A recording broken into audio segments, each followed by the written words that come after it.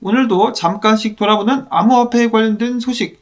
자, 어제 미국 증시 같은 경우 크게 하락하고 있다가 마감 직전에 강하게 반등해주면서 상승으로 마무리한 종목들이 좀 있었는데요. 그 배경에는 다음과 같은 세인트루이스 연준 총재의 발언이 있었다라고 합니다. 자, 만약에 올해까지 해가지고 인플레이션을 좀 억제할 수 있다면은 내년이랑 내후년 정도 해가지고 기준금리가 다시 인하될 수도 있겠다. 이렇게 이야기를 하고 나자 미국 증시가 그래? 그러면은 뭐 그렇게까지 지금 당장 걱정할 필요는 없겠네 라고 생각하면서 반등이 왔다라는 것인데요. 문제는 과연 인플레이션율을 억제할 수 있을 것인가가 될 수 있겠죠. 정말 만약에 올해가 최악이었다 친다라면은 내년 인플레이션율은 상대적으로 양호하게 느껴지게 될 수도 있겠습니다.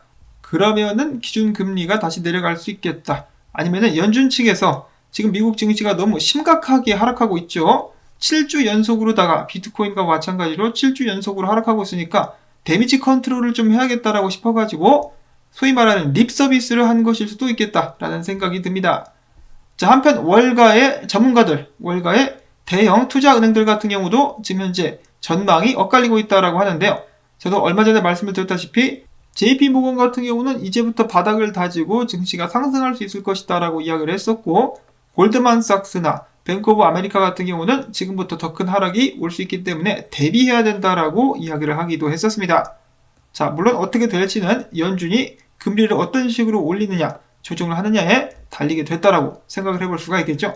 사람들의 식료품으로 활용이 되고 있는 여러가지 음식들에 관련된 상품 종목이라고 해야 될까요? 거래 가격이 엄청나게 올랐습니다. 보시다시피 말도 못할 정도로 올라가지고 해외에서는 식용유 대란도 일어나고 있다라고 하죠. 한국 같은 경우는 그렇게까지 심각하지는 않은 것으로 알고 있는데 언제까지 그렇게 될 법은 없기 때문에 상황을 계속해서 예의주시해야만 하겠습니다.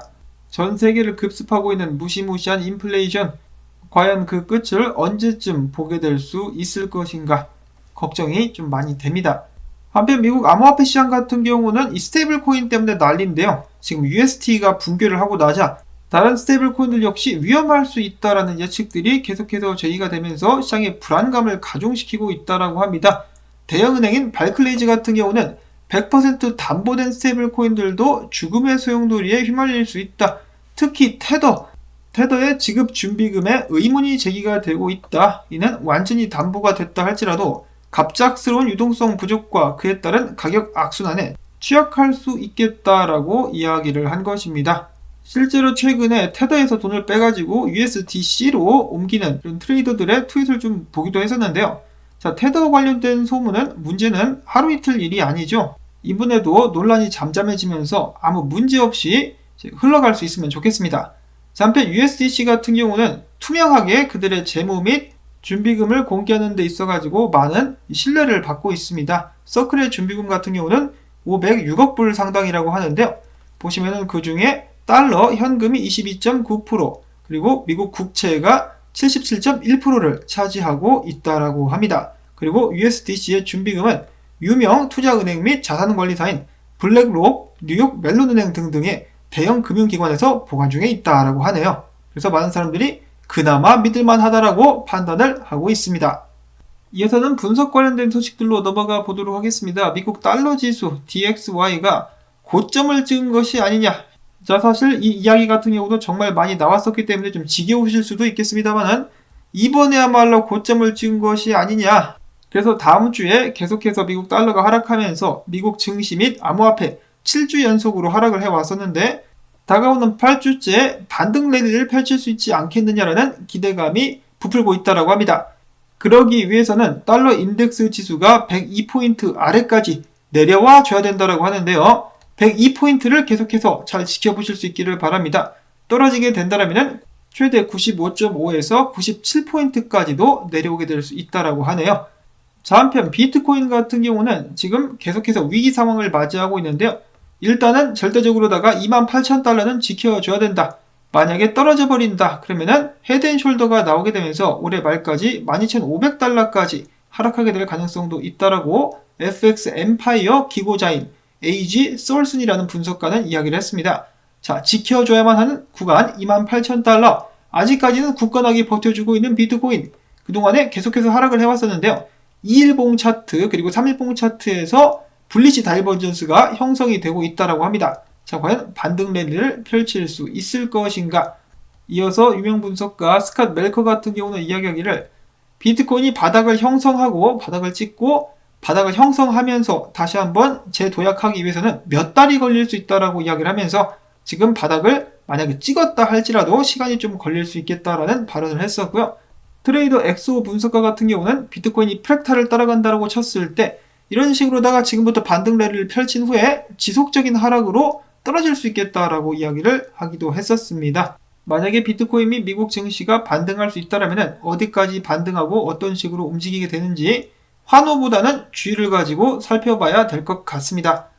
자, 그 다음에 플랜이라는 분석가 같은 경우는 컨플루언스 플로어 모델이라는 바닥을 찾는 지표를 통해서 이야기하기를 지금 현재의 가격은 29,215달러인데 이 바닥 지표에 의하면 바닥가 가격은 27,523달러다라고 이야기를 했습니다.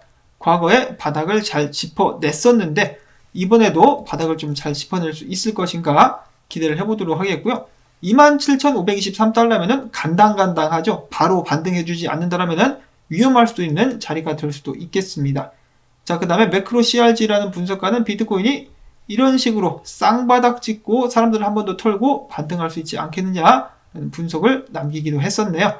지금부터 저점 확인하러 한 번 더 내려가게 된다라면은 개미들은 정말 비명을 지르게 되지 않을까라는 생각이 들기도 하는데 다음 주 개봉박두합니다. 어떤 일들이 펼쳐지게 될 것인지 기대를 가져보도록 하시고요. 다음으로는 기타 소식으로 넘어갑니다. 코인베이스의 공동 설립자 같은 경우는 최근에 코인베이스의 주가가 떨어지자 100만 주를 바닥에서 긁어 모았다라고 합니다. 자, 과연 지금부터 반등할 것인가 아니면 지하실을 뚫고 내려갈 것인가? 그럼에도 불구하고 한 가지 확실한 것은 코인베이스가 앞으로 잘 될 것이라는 확신을 가지고 있는 것 같다라는 것이겠죠. 자, 다음으로는 이더리움 공동 창업자인 비탈릭 부테리니가 이야기합니다. 나는 더 이상 억만장자가 아니다.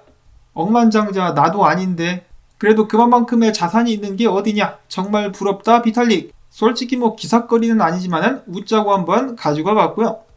자, 그 다음으로 이더리움 10개 이상을 보유하고 있는 주도 숫자 수가 굉장히 많이 늘어나면서 28만 9,931개를 기록, 최근 16개월 최다 수준을 기록했다라고 합니다. 이더리움을 10개 정도 모아가지고 들고 있어 볼까 라고 생각하는 사람들이 좀 있는 것이 아닌가 라는 생각을 해보고, 다음으로 해서는 루나 도건 대표의 몇몇 트윗이 있어가지고 한번 가지고 봤었는데요. 자, 그는 해명을 하기를 그 어떤 벤처 캐피탈도 사전에 루나를 현금화할 수 없었다라고 이야기를 합니다. 그러면서 벤처 캐피탈과의 어떤 뒷거래도 존재하지 않았다라고 떳떳하게 이야기를 하기도 했었다라고 하네요. 부디 이 말이 사실이기를 바라보고요. 자, 다음으로는 브라질 거래소 녹스 같은 경우는 정말 선행적인 일을 했는데, 자, UST 가격이 똥값이 돼버렸죠. 그러자 UST 보유자들의 UST 가격을 1인당 1테더로 환불을 해줬다라고 합니다. 이 손해가 엄청났을 텐데 고객들을 위해서 봉사하고 희생하는 이 마음, 국내 암호화폐 거래소들도 좀 배울 수 있으면 좋겠습니다. 다음으로는 디파이 사업을 접겠다고 밝혔었던 유명 개발자죠. 안드레 크루니에가 팬텀 스테이블 코인 플랫폼 코드를 작성 중인 것으로 알려지면서 팬텀이 또 강세를 보이기도 했었다는 소식. 마지막으로 오늘 영상 저는 여기서 인사를 드리려고 합니다. 자, 탈도 많고 말도 많았었던 한 주, 부디 주말 동안에 편히 쉬심으로써 다음 한 주를 준비하실 수 있기를 바라면서 나온 정보들이 도움되셨다면 수고했다는 의미에서 광고 한 편만이라도 마지막까지 재생 그리고 좋아요 눌러주기 부탁을 드립니다. 자, 그러면 저는 다음에 또 인사를 드릴게요. 안녕히 계십시오.